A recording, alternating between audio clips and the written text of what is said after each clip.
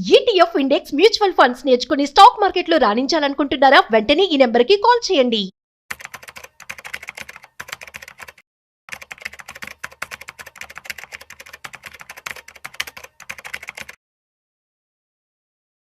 ₹20 లక్షలు ఉన్నాయి. అయితే ఒక స్టార్టప్ ఐడియా ఉంది. సో ప్రస్తుతం మనం చూసినట్టయితే భారతదేశంలో చాలా మంది కూడా స్టార్టప్స్ వైపు ముందుకు అడుగులు వేస్తున్నారు. At the same time central government కూడా చాలా స్కీమ్స్ అయితే తీసుకురావడం జరిగింది.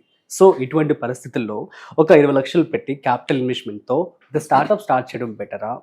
సో లేదు అనుకున్నట్లయితే మ్యూచువల్ ఫండ్స్లో ఎక్కువ డబ్బులు వస్తాయని మనందరికీ తెలుసు. సో మ్యూచువల్ ఫండ్స్లో ఇన్వెస్ట్మెంట్ చేయడం బెటరా? సో దీనికి సంబంధించి ఇవాళ మనం పూర్తిగా తెలుసుకోబోతున్నాం. సో వీడియోని మిస్ అవ్వకుండా ఎండ్ వరకు చూసేయండి. Hi, hello, namaste, welcome to business బర్స్ with Raju Pasupuleti on Suman TV. So వీటి గురించి మనతో చెప్పడానికి ఇవాళ మనతో ఉన్నారు సర్టిఫైడ్ ఫైనాన్షియల్ ఎక్స్పర్ట్ గిరిబాబు గారు. సో వారి మాటల్లోనే మరింత సమాచారం అడిగి తెలుసుకుందాం. సో హాయ్ సార్, నమస్తే. నమస్తే అండి. సార్ ఎలా ఉన్నారు? ఫైన్ అండి. సార్ క్వశ్చన్ విన్నారు కదా? Yeah. So 20 lakhs of startup versus 20 lakhs of investment in mutual funds, ఏమంటారు? యాక్చువల్గా రెండింటికి మీరు అన్కంపారబుల్ క్వశ్చన్స్ అడుగుతున్నారు. అవునా? ఎందుకంటే investment in startup is nothing but a business. ఎందుకు అడిగాను అంటే ఇప్పుడు చాలా మంది కూడా కన్ఫ్యూజన్ ఉంటుంది. సో ఇప్పుడు ఎవరు తెలియని వ్యక్తికి ఒక 24 years 25 years ఏజ్లో సో ఫ్యామిలీ దగ్గర నుంచి డబ్బులు తీసుకొని తాను బిజినెస్ స్టార్ట్ చేయాలి, లేదంటే స్టార్ట్అప్ కొత్త ఇన్నోవేటివ్ ఐడియాతో వచ్చాడు. సో తనకి ఎటువంటి క్లారిటీ ఉండదు కాబట్టి సో లాస్ అయ్యే కంటే కూడా సేఫ్ సైడ్ ఇన్వెస్ట్మెంట్ చేయడం బెటర్ అంటారా, అసలు రిస్క్ తీసుకోమంటారా? యాక్చువల్గా ఆల్వేస్ రిస్క్ తీసుకుంటే రివార్డ్ వస్తుంది అనుకుంటారు. ట్రూయే, కరెక్టే. కానీ మీ దగ్గర డబ్బులు నేను తీసుకెళ్ళి మీరు సినిమా ఇండస్ట్రీలో ఇన్వెస్ట్ చేస్తే రిస్క్ చాలా ఉంటుంది, రివార్డ్ గ్యారంటీగా వస్తుందా? రాదు, పోయే అవకాశాలు చాలా ఉంటాయి. సో ఇప్పుడు స్టార్ట్అప్ కంపెనీ 20 lakhs తో స్టార్ట్ చేయగలిగి ఆ స్టార్ట్అప్ అనేది సక్సెస్ అయ్యి అతనికి ఏమన్నా రిటర్న్స్ రాగలిగితే ఓకే. కానీ what is the success rate in startup companies as per you? 2 to 3% on and average. Max 5%. 100 startups ఉన్నాయంటే 90 స్టార్ట్అప్స్ ఫెయిల్ అయిపోతాయి, సక్సెస్ అవ్వవు. Only success rate max to max 5% ఉంటుంది. ఇంత తక్కువ సక్సెస్ రేట్ ఉన్న స్టార్ట్అప్ ఇండస్ట్రీ ఎకో సిస్టంలో మన 20 లక్షలు పెట్టి ఇన్వెస్ట్ చేసి నేను సక్సెస్ అవ్వకపోతే what is my plan B? ఇప్పుడు చాలా మంది ఇప్పుడు ఇంజనీరింగ్ స్టూడెంట్స్ గా ఉండి ఇంజనీరింగ్ కంప్లీట్ అయ్యేటప్పుడు వాళ్ళకు చాలా థాట్ ప్రాసెస్ ఉంటుంది, ఇది నేను ఒక స్టార్ట్అప్ చేయాలి ఇవన్నీ. కానీ ఫండింగ్ ఉండదు. సపోజ్ నా దగ్గర 20 lakhs వచ్చాయి ఫండింగ్ అనుకోండి. సో ఈ 20 lakhs అయిపోయిన తర్వాత సరిపోకపోతే పరిస్థితి ఏంటి? దాని మధ్యలో ఆపేయాలా? వెంచర్ క్యాపిటలిస్ట్ వచ్చి ఇస్తారా? ఏంజల్ ఇన్వెస్టర్స్ ఇస్తారా? ఇప్పుడు మనకు టీ హబ్ కూడా ఉంది. అక్కడ మనకు ఏంజల్ ఇన్వెస్టర్స్ ని స్టార్ట్అప్ ఎకో సిస్టమ్ లో ఉండే మొత్తం అందరినీ కనెక్ట్ చేస్తారు. అక్కడ మీకు ఫండింగ్ దొరకవచ్చు. బట్ ఈజ్ ఇట్ గ్యారంటీ దొరుకుతుందని ఉంటుందా? దొరకకపోవచ్చు. అండ్ చాలా ఇన్నోవేటివ్ థాట్స్ తోటి చాలా చాలా వచ్చాయి. బట్ సక్సెస్ రేట్ తక్కువ ఉండడం వల్ల, ఫెయిల్యూర్స్ ఎక్కువ ఉండడం వల్ల ఆ ఉన్న డబ్బులన్నీ పోగొట్టుకొని ఆ ఉన్న డబ్బుల్లో వాళ్ళు ఇంకా ఏం చేయాలో అర్థం కాక, అటు ముందుకు వెళ్ళలేక, వెనక్కి పోలేక సతమతం వాళ్ళు చాలా మంది ఉన్నారు. సో ఈ క్వశ్చన్ ఈ ఆన్సర్ వినగానే అందరూ పాపం చూసి భయపడతారేమో. జెప్టో మరి ఇప్పుడు చూడండి 19 years వాళ్ళు. అవును. సో ఎంత ఇప్పుడు టాప్ లిస్ట్ లో ఉన్నారు. ఎన్ని ఉన్నాయి అలాంటివి? చాలా తక్కువ, రేర్. అది చెప్పాను నేను. సక్సెస్ రేట్ ఈవెన్ అభిబస్ ఉందా? అవును. అది కూడా స్టార్ట్అప్ లాగా స్టార్ట్ అయింది కదా. బెంగళూరు నుంచి హైదరాబాద్ రావాలి ఎవ్రీ మంత్ ఆఫీస్ నుంచి. ప్రతిసారి బుకింగ్ చేయడం ఇబ్బంది అయిపోతుంది. ఎక్కడ బస్సులు వెళ్తున్నాయో తెలియట్లేదు, ఏ బస్సులు తెలియట్లేదు.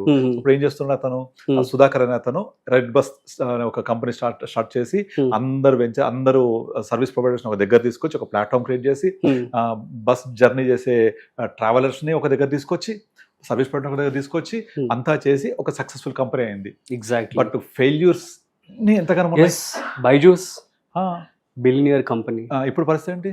మొత్తం జీరో అయిపోయింది కదా. ఆస్తులు అమ్ముకొని అప్పు కట్టాల్సి వచ్చింది. ఇంకా still that is know where, తెలియదు ఎక్కడ ఉంటుందో తెలియదు పరిస్థితి. అంటే సక్సెస్ రేట్ వెళ్తేనే అలాగే వెళ్తుంది, లేకపోతే ఇలా ఉంటుంది. సో మీకు నేను ఒక ఫెయిల్ అయితే what is my plan B? ఆ ప్లాన్ బి అనేది లేకుండా don't start this kind of things. Okay. So అప్పుడు ప్లాన్ బి లేకపోతే ఏమవుతుంది? నేను ప్లాన్ ఏలో సక్సెస్ అవ్వకపోతే ఏం చేయాలి? ఎక్కడికి వెళ్ళాలి? Where is my platform? అప్పుడు నేను సక్సెస్ఫుల్లీ ఫెయిల్యూర్ క్యాండిడేట్ మిగిలిపోతా కదా. ట్రూ. సో దీనివల్లనే చాలా మంది స్టార్ట్అప్లోకి రావాలంటే భయపడతారు.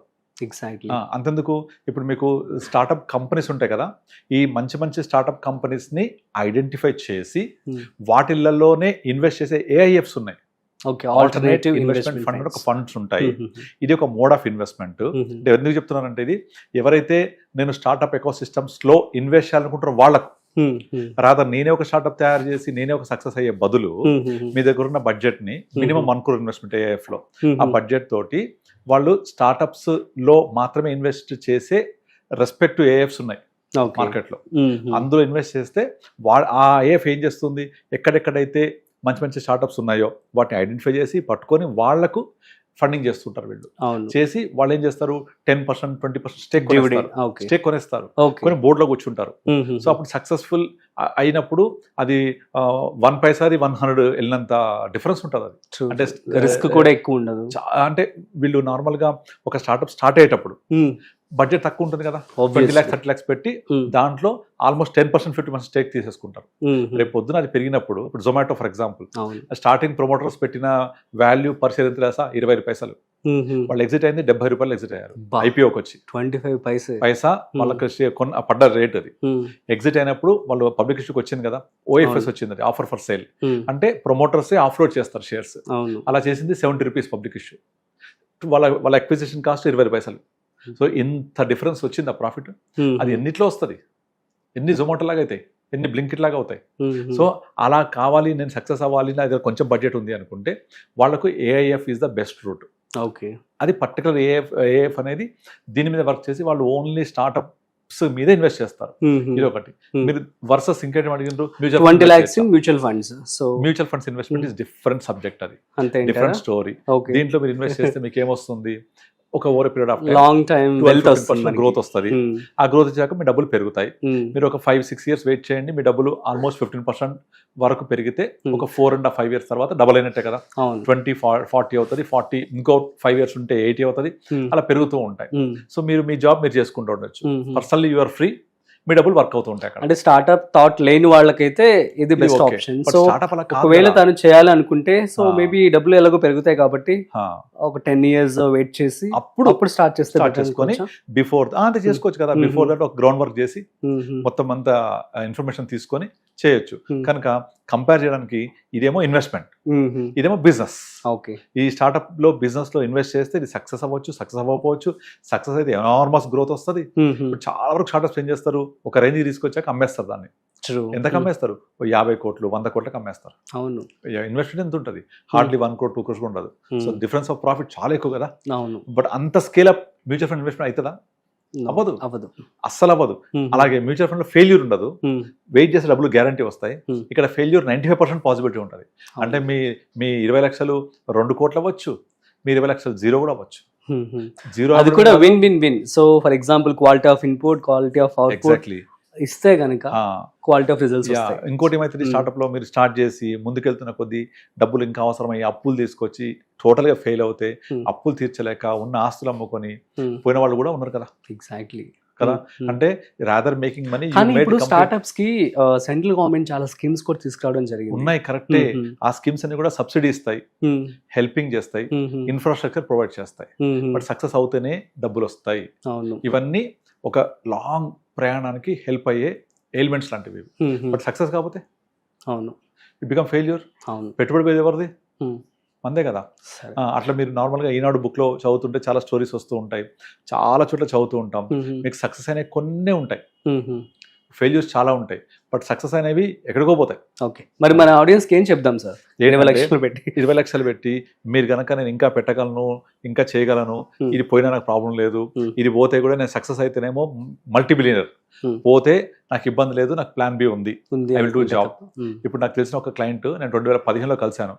అతను 2015లో ఇంటర్నెట్ ఇంత పాపులర్ లేనప్పుడే అతను మన ఇప్పుడు మనం ఇది ఉంది కదా, ఇది మన కిరాణా షాప్స్, అలాంటి కిరాణా షాప్స్ ఆన్లైన్ లో క్రియేట్ చేశాడు అతను. ఆన్లైన్ లో క్రియేట్ చేసి ఇంట్లో కూర్చొని మనం బిగ్ బజార్ ఎట్లా ఆర్డర్ చేస్తున్నాం, ఈ కాన్సెప్ట్ తో 2014-15 చేశాడు. ఇలాంటి చాలా వచ్చే కాన్సెప్ట్స్ నేను అతని దగ్గరికి వెళ్ళాను, కలిశాను.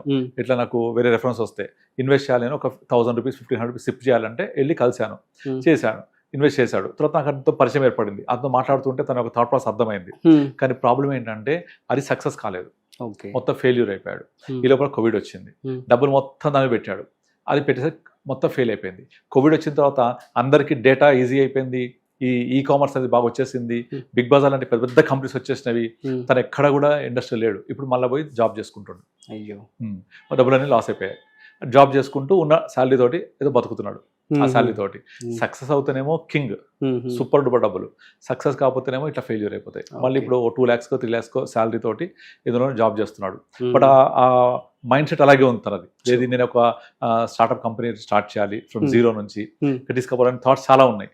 బట్ డబ్బులు లేవు ఇంప్లిమెంట్ చేయడానికి. కనుక 20 లక్షలతో మీరు ఏం చెప్తారంటే 20 లక్షలతోటి స్టార్ట్అప్ కంపెనీకి ఏ మూల కూడా కాదా డబ్బులు సరిపోవు అసలు. కొన్ని సరిపోయినా కూడా దాన్ని స్కేలప్ చేయాలంటే సరిపోదు. అప్పుడు మనకు ఏంజల్ ఇన్వెస్టర్స్ కావాలి. ఇన్వెస్ట్ ఎప్పుడు వస్తారు? నువ్వు సక్సెస్ అయినప్పుడు. అంటే సక్సెస్ అయితే డబ్బులు వస్తాయి, సక్సెస్ అయితే అందరూ వస్తారు. బట్ కాకపోతే where is your platform to stand? నిలబడడానికి జాగే ఉండాలి, ప్లాన్ బి ఉండాలి కంపల్సరీ. దాని బదులు ఏంటి? మ్యూచువల్ ఫండ్ ఇన్వెస్ట్ చేయండి, మీ జాబ్ మీరు చేసుకోండి, దాని పట్టుకు అది పెరుగుద్ది. కంపేర్ చేయలేము యాక్చువల్గా. బట్ బిజినెస్ చేయాలి అంటేనేమో నేను ఇట్లే ఉండాలి, మైండ్ సెట్ ఇలాగా ఉండాలి, నాకు ప్లాన్ బి ఉంది, నేను డబ్బులు పోయినా కూడా నేను సంపాదించగలను అనుకుంటే స్టార్ట్అప్ చేయొచ్చు. లేదా అందులో ఇన్వెస్ట్ చేయాలనుకుంటే అలాంటి ఏఎఫ్స్ ఉంటాయి, అందులో చేయొచ్చు. లేదా ప్రీ లిస్టింగ్ కంపెనీస్ ఉంటే అక్కడ చేసుకోవచ్చు. ఇవన్నీ వద్దు అనుకుంటే, రిస్క్ వద్దు అనుకుంటే mutual funds always there. Long term ఉంటే ఖచ్చితంగా వస్తాయి. సో ఇక్కడ మ్యూచువల్ ఫండ్ రిస్క్ అనకూడదు, వాలటాలిటీ ఉంటుంది. అవును, అంతే. It's different journey, different ball game. This is different ball game. Super sir, thank you so much for your valuable words అనమాట. So audience మీ అందరికి అర్థమైంది కదా. సో మీరు కనుక 20 లక్షల రూపాయలు కనుక ఉన్నట్లయితే సో స్టార్ట్అప్ అనేది పెట్టడం అనేది మంచి ఆప్షనే. కాకపోతే so you should be in a position to take the risk also. So plan బితో మీరు ముందు అడుగు వేయండి. సో ఆఫ్టర్ దట్ మీ యొక్క స్టార్ట్అప్ సక్సెస్ అయితే ఏంజల్ ఇన్వెస్టర్స్ చాలా మంది ఉన్నారు వచ్చి ఇన్వెస్ట్మెంట్ చేస్తారు. సో కాబట్టి సేఫ్ స్టడీ మీరు ప్లాన్ బి కూడా పెట్టుకొని సో మ్యూచువల్ ఫండ్స్ కావచ్చు, సార్ చెప్పినట్లుగా ఏఎఫ్లో ఇన్వెస్ట్మెంట్ చేసుకోండి. So that's it. సో మరొక ఇంట్రెస్టింగ్ కాంటెంట్తో మళ్ళీ కలుద్దాం. మీకు కనుక ఏమైనా డౌట్స్ ఉంటే ప్లీజ్ కామెంట్ చేయండి, మేము రిప్లై ఇస్తాం. So thanks for watching. This is Rajeev signing off. Video నచ్చినట్లయితే like, share and subscribe. Thanks for watching.